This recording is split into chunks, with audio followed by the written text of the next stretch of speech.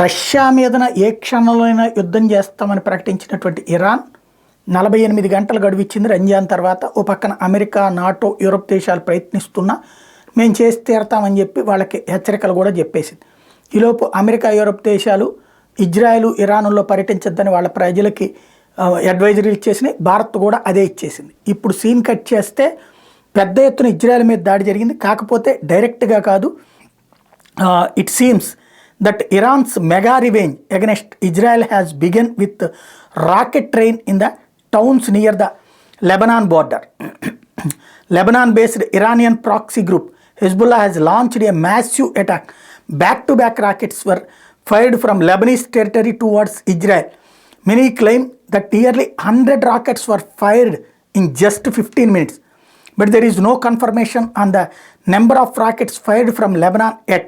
Rocket warning sirens boomed in Israel's Gilli Pasna Hadley, close to the Lebanon border.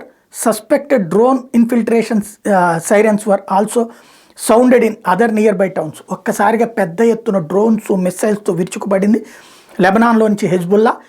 దాంతో పెద్ద ఎత్తున విధ్వంసం జరిగిందా లేదా అన్నది లెక్క తెలియాలి. కానీ ఇక్కడ ప్రత్యక్ష యుద్ధం ఇరాన్ కాకుండా మళ్ళీ ఇట్లా తీవ్రవాదుల చేత చేయిస్తుందా చూడాలి.